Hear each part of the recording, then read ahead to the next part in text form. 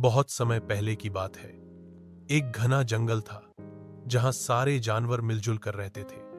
उस जंगल में एक बहुत बड़ा और बलवान हाथी रहता था। उसका नाम था भीम हाथी। भीम को अपनी ताकत पर बहुत घमंड था।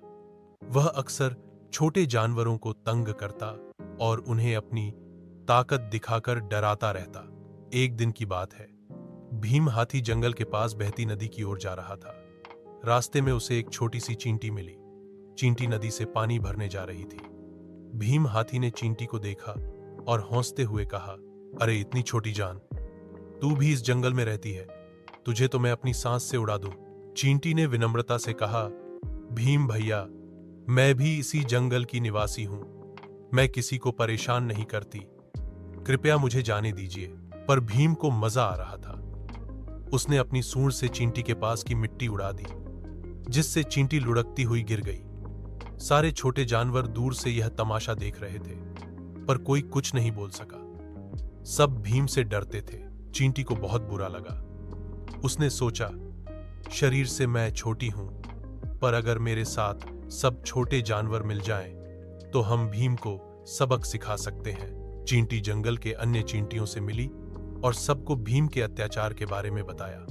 सबने मिलकर एक योजना बनाई। अगले दिन जब भीम नदी किनारे आराम कर रहा था, तो सैकड़ों चींटियां धीरे धीरे उसके शरीर पर चढ़ गईं। किसी ने उसकी सूंड पर काटा, किसी ने कान के अंदर और किसी ने पूंछ पर।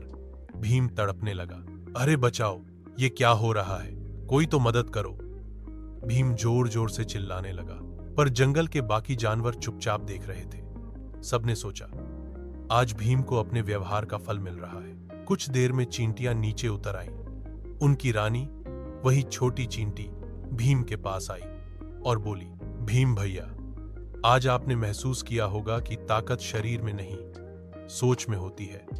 हम छोटे हैं, पर मिलकर बड़े से बड़े को हिला सकते हैं। भीम को अपनी गलती का एहसास हुआ। वह बोला, मुझे माफ कर दो। मुझे आज समझ आया कि घमंड करना गलत है।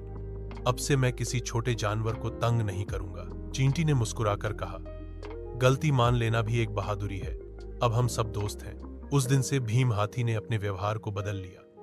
वह अब सबकी मदद करता और सबसे प्रेम से बात करता। जंगल के सारे जानवर मिलजुल कर खुशी खुशी रहने लगे।